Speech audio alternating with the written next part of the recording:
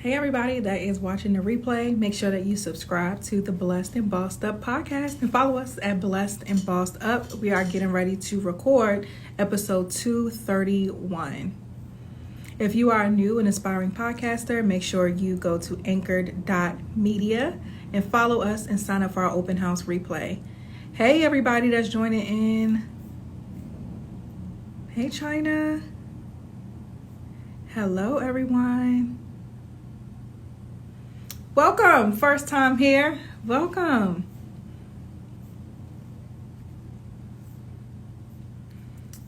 All right. We are getting ready to record episode 231 of the podcast. We're going to get in and out because your girl's tired. Thanks, China. Hi.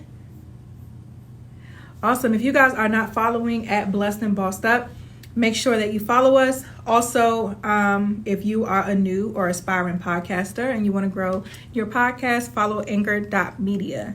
Today, we're getting ready to record episode 231 of the podcast that's going to come out this Sunday. If you have any questions or anything that I talk about, you need me to clarify, just go ahead and ask them in the comment section, or you can hit the little question thing down here and I'll answer you once we finish recording.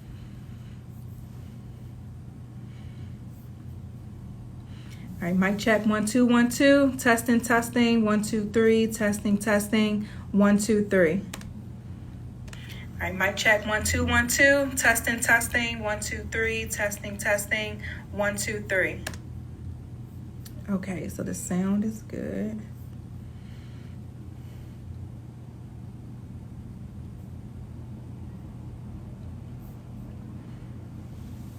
Hey guys, welcome to another episode of the Blessed and Bossed Up podcast. Hold on, y'all.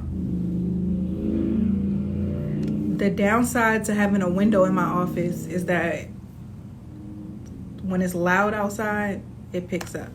Hey guys, welcome to another episode of the Blessed and Bossed Up podcast. Hold on, y'all. Definitely heard that. Okay, let's try this again. Hey guys, welcome to another episode of the Blessed and Bossed Up podcast. On today's episode, I'm going to be talking about building a business structure that gives you the freedom of your time. I came to just this moment of gratitude this week because I had realized it's like that moment. I don't know if you guys have seen on social media. It's like a little meme that says that one day you look up and it's like, I'm here. Everything that I prayed for is here. And I had one of those moments this week where it was like, I finally got through this glass ceiling that I believe a lot of us get to in business, where you start these companies, you start these brands, and you wear all the hats. You're the marketer, you're the accountant, you're the subject matter expert, you are the assistant, you are all of the things. But in order for you to really scale and grow to the places that you want to grow to, you can't be all the things. You have to create a business structure that's able to function without you, because that way you're able to go on vacations, you're able to take time with your family, you're able to take a step back, and the company isn't going to go under because you have things set up in a way to where the company can still grow and move forward without you being there. And I believe that glass ceiling a lot of us hit because we're not prioritizing the goal or preparing for that season of the business from day one. You feel like you have to reach a certain income goal in order for you to start having this type of structure, or you feel like you have to hire employees before you start thinking about this. And that's not true. I know a lot of you guys who listen to the show, you're in that place, that beginning stage of your company where you don't have employees. It's really just you. You may have some contractors who do things here and there, but it's just you. And so I want to talk to you in this season of your business about how to create the structure so that you can get to that point and you don't hit that glass ceiling like I did. Before we get there, though, a couple church announcements. We have our Find Your Voice Academy retreat this year in December for Anchor Media. This is our retreat that we have for new and aspiring podcasters. So if you have a podcast and you want to grow it and monetize it, if you want a podcast but you don't know where to start, click the link in the show description and it'll take you to a replay of our open house. We actually expanded our retreat this year, which I'm really excited about because we kept selling out so fast. It was a good problem to have, but at the same time, the demand was there. So I wanted to adjust some things so that we can be able to meet the demand that we had. And so we were able to do that. Thank God, because we sold out our old capacity within like a day. And so we still have tickets available. You can click the link in the show notes to watch the replay to learn all about what the retreat is about. You get the link to apply, and then we review applications on a rolling basis. Second church announcement. My lawyer, Nakia Gray, she has her trademark course. It's called Make It Official. And she is a beast when it comes to this trademark thing. Like, she is the real deal. So click the link in the description for that as well to learn more about like what's included. She's walking you through, and it's live. It's not even a go as you at your leisure type of course. It's live, and you can ask her questions in real time. Anybody knows how much lawyers cost. That is very valuable to be able to ask her questions in real time. So click the link in the show notes for that as well. All right, let's talk. Let's talk, you guys. Let's talk about building this business. When it comes to building a structure for your business, I think a lot of times when we think about structure, we think about like, am I going to start an LLC? Am I going to start a S Corp? You think about the legal structure of your business. But after you figure that out and you get started, there are some foundational things that you need to build in your business as well. Just because you are a solopreneur doesn't mean that you need to be a systemless entrepreneur. Just because you're the one who wears all of the hats doesn't mean that you need to move in an unstructured way. And I think a lot of times we build these messy, discombobulated businesses because we have no accountability. We're the one doing everything. But if you're going to build a company that operates without you and that you're able to take a step back from and it still grows and it still runs, then you need to prioritize these things and be accountable to yourself in the beginning. So before we get into those different tips that I'm going to give you, I have 3 for you guys. I want you to know that a prerequisite to this is you have to have patience. This isn't the sexy side of business that you post on social media. This is the foundational things. This is the under the surface thing. These are the things that brick by brick you build so that this company and this brand that you're building is going to be able to stand. So it may not be sexy, but it's necessary. And so in order, though, for you to do this effectively, you have to have patience. This is a long game when it comes to entrepreneurship. It's a marathon. It's not a sprint. Impatience and heightened emotions will rob you from being able to be clear-minded and attentive to the details of your business. The Bible tells us to be sober and to be vigilant.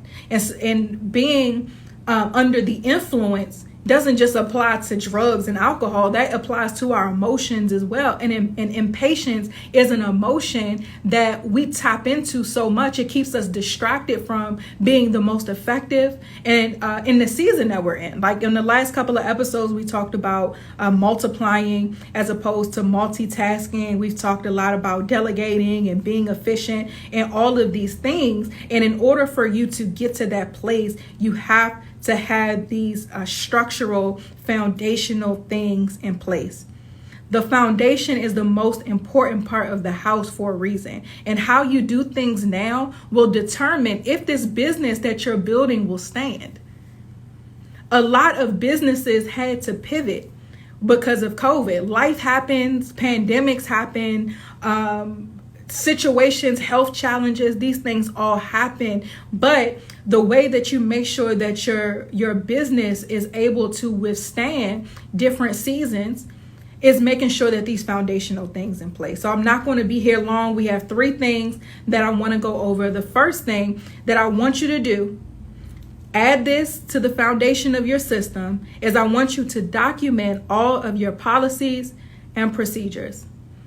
It can be as simple as screen recording the way you do things, write down step by step how you do everything, but document all of your policies and procedures in order to create a streamlined business, you have to have something to work with. So after you document the way that you do everything, you'll be able to take a step back and see what's working and what's not. You'll be able to see how you can improve upon the system that you have, but you have to outline something in order to know how to improve it. Another part of this is I want you guys to write out a 5-year strategic plan for your business.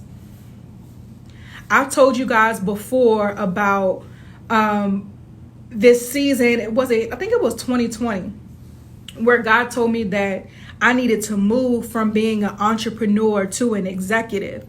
And that was interesting because I didn't understand the difference, if that makes sense, initially, until I went to look those words up. So of course you can be an entrepreneur and an executive, and you can be an executive without being an entrepreneur. So you can be the CEO of a company or a CFO of a company or any type of C-suite level executive in a company without being the one that started said company. And so I was in a position where I was in the mindset of an entrepreneur, grinding, creating stuff, putting things out there, building a brand, hustle, no days off, no sleep. Sleep is for when you die. Like, that's the mindset that we get pushed when it comes to entrepreneurship. But God began to teach me that I needed to switch from that mindset of grind culture to switch to be an executive. An executive is one who is able to adequately and efficiently create a structure and run a company.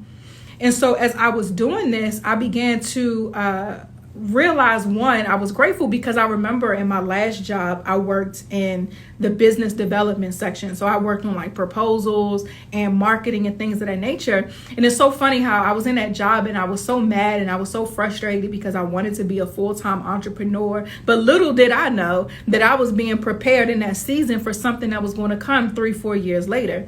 So in that season with my job, I worked with all of the executives. So I didn't work with any entry-level employees. All the people that I work with on a day-to-day were directors and above.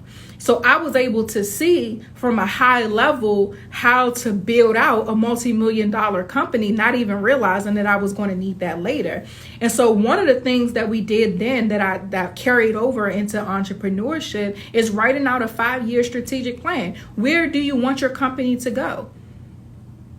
How are you going to build a foundation if you don't know what you're building, if you don't have a blueprint? So where is this company going? Where do you see yourself? I know for me, big picture, not 5 years, but more so way, way beyond that, is I want to be able to retire, and I want my son to be able to be the CEO of Anchor Media. I want my grandkid to maybe be the director, CMO, the chief marketing officer, whatever, but I want to build this conglomerate that then my family can take on, and then my children's children can take on, and they can run it and they can be the head of it. So I'm trying to build this multifaceted thing, but I know where I'm going. So now when it comes to building the business right now, I understand what the foundation needs to look like in order for that to happen. And so the way you start is outlining this strategic plan. So it could be 5 years, 10 years, it could be 1 year, it could be 3. Whatever it is, you need to know where you're going.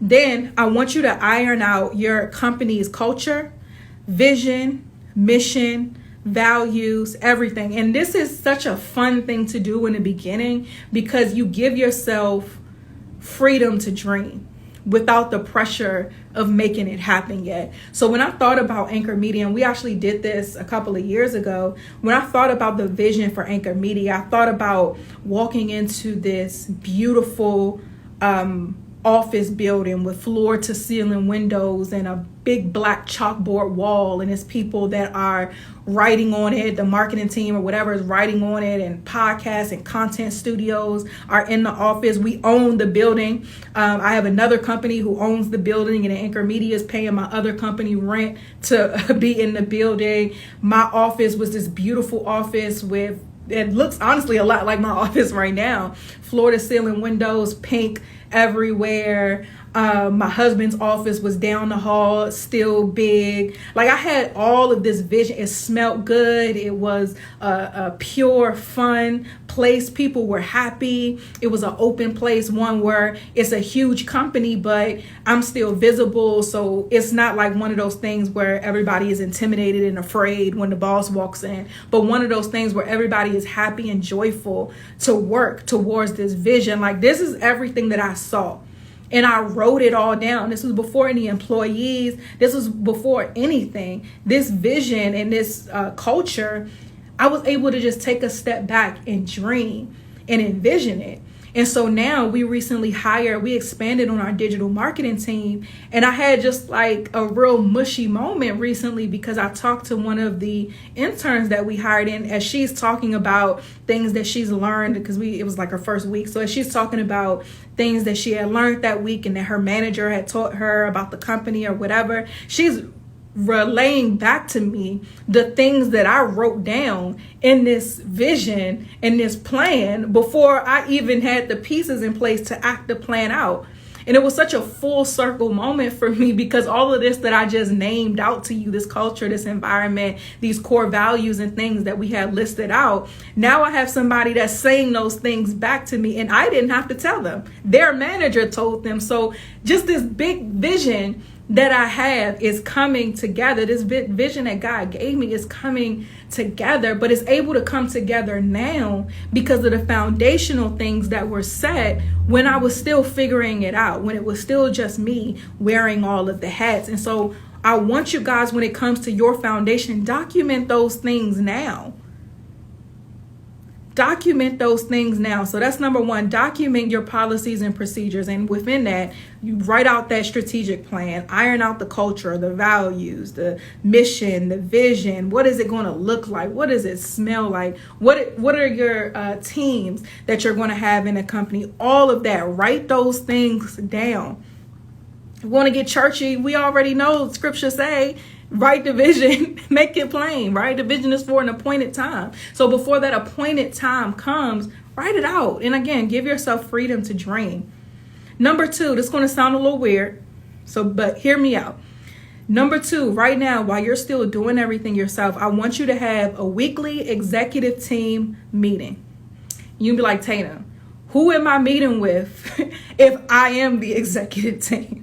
You're going to meet with yourself because you need to understand what is going on in your company. In this meeting, I want you to go over your operations. And so because you're the only employee right now, evaluate yourself as a leader. Self-awareness is one of the keys to success. Understand who you are as a leader. What are your limitations? What are your strengths? What are your weaknesses? You can do things. I remember I did this DISC assessment a couple of years ago. Rest in peace to Chris Daniel. He was on the show and he was the creator of this animal assessment. And I took this assessment and I found out just my personality trait. And I realized that a lot of the clashes that I was having, because I think at the time I would have like interns here and there, but I had nobody who was like a core member of the team.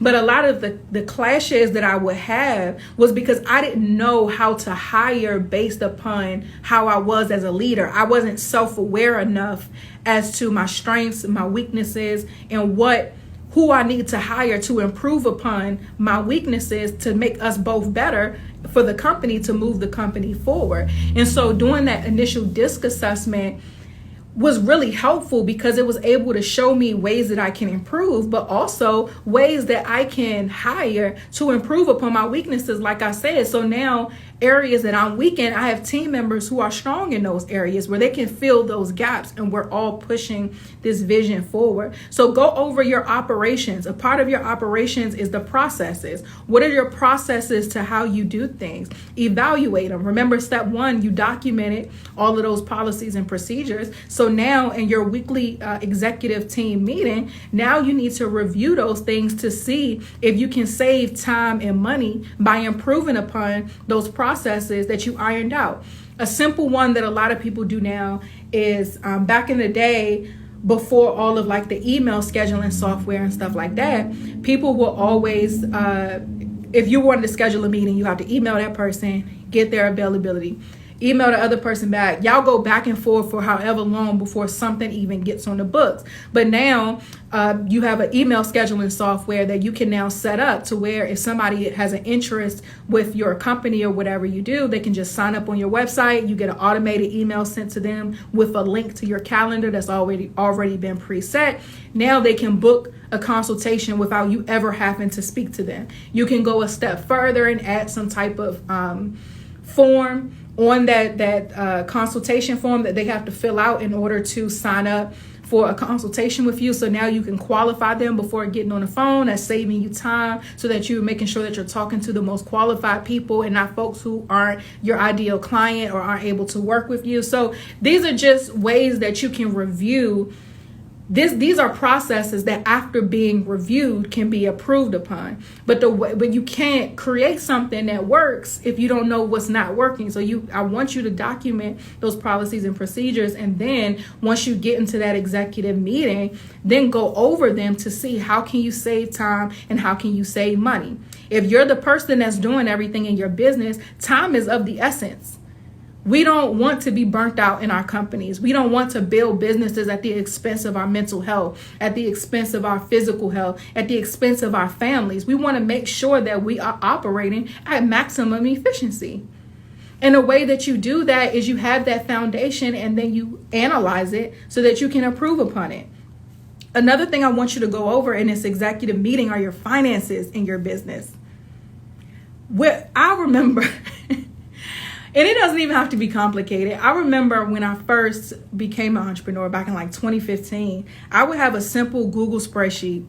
I would have Wix on there, however much Wix cost every month. I would have processing fees. So most payment processors have fees. So put that up there. I would have whatever it is, email hosting, whatever it is I was spending money on, I had it on a spreadsheet. Whatever I was making money from, I would have it on a spreadsheet. So every week, or it really was every month at that time, but every month I would look at that spreadsheet. What can I eliminate? Have I really used this platform at all? Why am I paying for premium? If I pay for a year as opposed to monthly, then I save money. I save like 2 months worth of the payment. So let me just pay for it out the year because that's going to save me money at the end of the year. So while you're looking at your financial status, you're able to then make adjustments to increase your profitability. I think I talked about this on a previous episode that a lot of people preach, charge more, charge more, charge more. A lot of times you don't even have to make more to charge more. You just need to adjust your spending or spend more strategically so that you can increase your profit margin. It's not all about charging more. You're going to charge more and still be throwing money down the toilet. Or you can do both, charge a little more, cut back a lot, and now you've also increased your profit margin without pricing out your consumer. But the way that you make these strategic decisions is you have to know what's going on. We can't just be running around in our companies like chickens with our heads cut off. That's not going to get us anywhere. So having these executive team meetings with yourself allows you to look at the foundations of your company and make the necessary adjustments so that you can increase your efficiency. Also, when you look at your finances, you're able to see where your money is coming in. You may not need all of those offerings if it's only one that's making the most money. I remember at the end of last year where we looked at our finances for all of 2020, we saw that most of our money was coming from one particular place. So I'm like, cut everything else out then. Forget all of that. Why are we even spending time in these different offerings and creating these different things and all of the work that comes around it? If this is the one thing that's giving us the best results and that's making us the most money, everything else can go. We don't need to have 50 million different offerings. We're going to go where the money is telling us we need to go. And so you have to look at what's going on in your company in order to make these type of decisions. And again, most people think you got to offer more and do more and create more to make more. You don't. A lot of times you just need to scale back. That's it. And have your signature offerings, have your signature process. So now you're dedicating all of your time into what's going to give you the best return. So in that executive meeting, go over all of your finances. In that executive meeting, I also want you to look at your marketing. And with your marketing, look at your return on investment. And again, going back to our the last point, look at your return on investment for whatever it is that you're offering, whatever your products and services are, and look at your testimonials. The easiest way, and I'm telling you from experience, from my company to all of the companies that I've worked with, the easiest way to sell is by having clear results. It's so easy for us to sell our podcasting retreats because we have so many people who saw so much